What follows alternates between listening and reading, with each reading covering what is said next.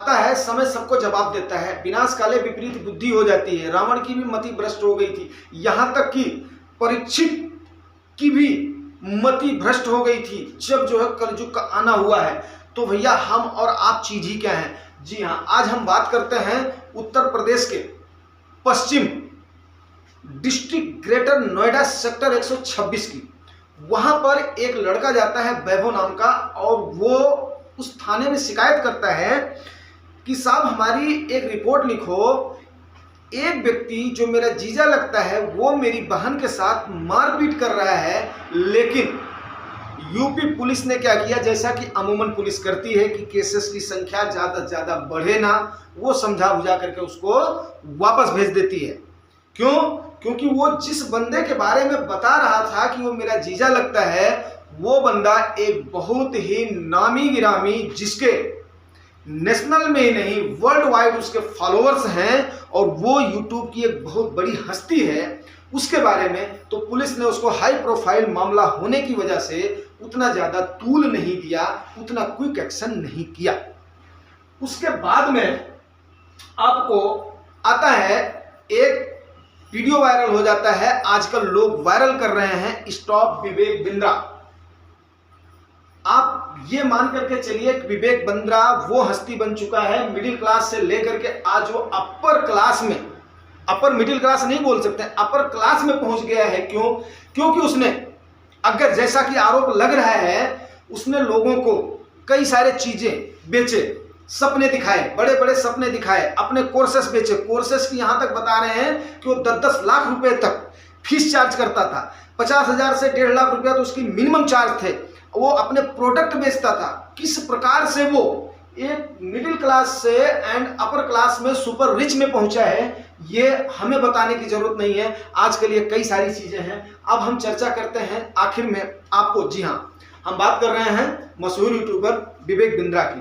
विवेक बिंद्रा जिनके पास 11 times Guinness book में उनके नाम का रिकॉर्ड है। अब बताइए, ऐसे बंदे के पास इस प्रकार के इल्जाम लग रहे हैं। देखिए, जिस समय ये चल रहा था उसी समय सोशल मीडिया पर 2 वीडियोज वायरल हो रहे थे। 2 वीडियोज वायरल हो रहे थे। उसमें एक महिला थाने में, एक महिला हॉस्पिटल में अपने चोटें दिखा रही है, काफी सारी उसको चोटें आई हुई हैं, वो वीडियो। और उस महिला का नाम है जानकी। वो जानकी नाम की महिला एक वीडियो को वायरल कर रही है कि हाँ, ये मेरे को इतनी सारी चोटें आई हैं और मेरा हस्बैंड जो है वो बहुत ही बड़ा आदमी है और सभी उनको जानते हैं, विवेक बिंद्रा। उसी समय दूसरा वीडियो वायरल हो रहा है जिसमें जिसमें एक वही महिला जा रही है और उसको दूसरा व्यक्ति खींच रहा होता है, और वो कोई नहीं होता है, वो होता है विवेक बिंद्रा। जैसा कि जानकी का आरोप है, विवेक बिंद्रा ने उनको कमरे में खींच करके उनके साथ मारपीट किया, और इतना मारा है उनको कि उनको कई जगह पर काफी चोटें आई हैं, यहाँ तक कि कान के पर्दे तक फट गए हैं। अब मेडिकल रिपोर्ट जो आएगी, मेडिकल रिपोर्ट में क्या है वो देखने के बाद में पता चलेगा। लेकिन इन दोनों वीडियोज के वायरल होते ही तब जाकर के सेक्टर 126 ग्रेटर नोएडा की पुलिस ने एफआईआर दर्ज किया, जिसके अंदर आईपीसी की धारा लगाई 323, 504, 427 और 325। इसमें से कोई भी धारा ऐसी नहीं है कि जिसमें बिना जमानत लिए हुए छूटा जाए। अगर ये आरोप साबित होता है तो विवेक बिंद्रा को गिरफ्तार किया जाएगा, कोर्ट भेजा जाएगा, जमानत उनको ली जाएगी। अब देखिए, जब आदमी का समय खराब होता है ना, तो उसका पाप चढ़ करके बोलता है। अगर उन्होंने पाप किया है तो पाप उनके सर पे चढ़ करके बोलेगा। जैसे उन्होंने आ बैल मुझे मार वाली कहावत में संदीप माहेश्वरी ने उनका नाम नहीं लिया था, वो वीडियो मैंने भी देखा है, उसमें उन बंदों में ने भी नाम नहीं लिया था। लेकिन ये चोर के दाढ़ी में तिनका वाली हाल, तुरंत ही उसके बाद में हर चैनल पर जा करके इंटरव्यू दे रहे हैं, मेरा नाम लिया, मेरा नाम लिया, मैं ऐसा नहीं हूं, मैं ऐसा नहीं हूं। बट विवेक बिंद्रा का नाम वहां पर आते ही आजकल एक ये हैशटैग स्टॉप विवेक बिंद्रा, ये बिल्कुल वायरल हो रहा है आजकल। तो विवेक बिंद्रा का आप ये समझिए उनके दिन जो है लद गए हैं। अब आपको मैं एक बात बताऊं कि अभी जब हमने ये मालूम करने की कोशिश किया कि आखिर में ये बंदा जो काफी एजेड दिखता है, तो वीडियो बनाता है, तो इसने फिर इसकी शादी नहीं हुई थी। कोई बोल रहा है 6 नवंबर को शादी हुई है, कोई बोल रहा है 6 दिसंबर को शादी हुई है। तो हमें भी ये थोड़ी सी क्यूरियोसिटी जगी कि यार इसने जब इतना पहुंचा हुआ बंदा है तो इसने जो वो क्यों नहीं किया, शादी क्यों नहीं किया? अब तक तो इसके पास में बच्चे होने चाहिए, बड़े होने चाहिए, ये होने चाहिए। तो जब हमने मालूम किया तो ये पता चला कि नहीं, इस बंदे की शादी हुई है और इसकी पहली बीवी का नाम गीतिका सब्बरवाल है, जिसका डिवोर्स के लिए मुकदमा चल रहा है और पहली पत्नी से उसको एक बेटा भी है, बट अभी इनका डिवोर्स फाइनल नहीं हुआ है। तो अगले ने दूसरी गलती ये किया है कि बिना डिवोर्स हुए भी फिर भी दोबारा उसने शादी कर लिया है। तो ये अगले की दूसरी गलती बन रही है, जो कि बहुत बड़ी गलती है। तो आप बताइए कि अगर ऐसा बंदा जिसने लोगों के इमोशंस को खेला है, कैसे? आपको मैं बताता हूं, चेन सिस्टम। इसने क्या किया? चेन सिस्टम को फॉलो किया, जो कि मैंने बताया था। ये आपके इमोशंस से खेलेंगे, आपको जो है दिन में सपने दिखाएंगे।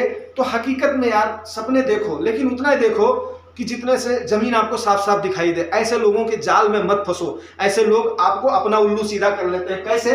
जैसे सपोज करो एक बंदा यहाँ पे, मैं किसी का नाम नहीं ले रहा हूँ, सपोज करो एक बंदा यहाँ पर बैठा हुआ है। अब वो बोलेगा यार चैन सिस्टम बनाओ, ये अब ये देखिए, ये चैन की कड़ी मैंने बनाई हुई है, चैन की कड़ी ये जुड़ती चली गई। अब लास्ट में क्या होगा? ये सारा बेनिफिट किसको जा रहा है? इस बंदे को जा रहा है। अब ये चैन की कड़ी जब ये बाद में क्या होगा? सिकुड़ना शुरू हो जाएगी। ये देखिए यहाँ पर कितनी थी, ये मैंने एग्जांपल के लिए समझाया। यहाँ पर जुड़े हुए कितने लोग थे? ये बंदा तो फायदे में है ही है।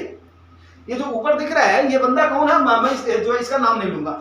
इसके साथ अब इसने जब जोड़ना शुरू कर दिया तो लोग तो इमोशनल होते हैं, जुड़ने शुरू हो गए। मैं जो एग्जांपल दे रहा हूँ, इसको आप 1000 में भी, लाख में भी, करोड़ में भी ले जा सकते हैं। 1 2 3 4 5 लोग हो गए। 5 से क्या हुआ? एक बंदा उसमें से लॉस में गया। 1 2 3 4, वो बंदा जो इसका लॉस हुआ उसका प्रॉफिट कौन ले गया? ये ऊपर वाला ले गया। उसके बाद में 1 2 3, जो इसमें से टूटा उसका कौन ले गया? फायदा ऊपर वाला ले गया। 1 2, जो इसमें से टूटा उसका फायदा कौन ले गया? ऊपर वाला। फिर उसके बाद में यही बंदा आकर के यहां पर पहुंच गया।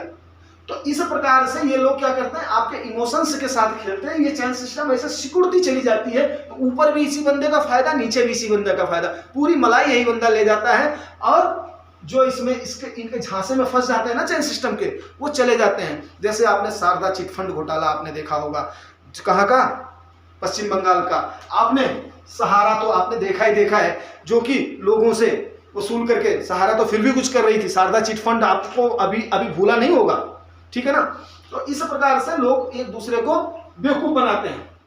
तो उम्मीद करता हूं ये आपको समझ में आ गई होगी। इस प्रकार के केस करने वाले बंदे को, इतना बड़ा मोटिवेशनल स्पीकर है, इतना बड़ा यह है, समझो उसके दिन तो लद गए। अगर लोगों ने उसको स्टॉप कर दिया और उसके बाद में जेल हो गई तो समझो उसके दिन लद गए। मैं किसी का भी नाम लेना मेरा इरादा नहीं है, मुझे आपको आगाह करना वो मेरा एम है दोस्तों, ठीक है?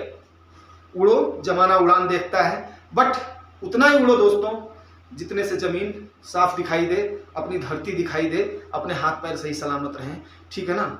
समाज है, रिश्ता है, इसको सही सलामत बचा करके रखो।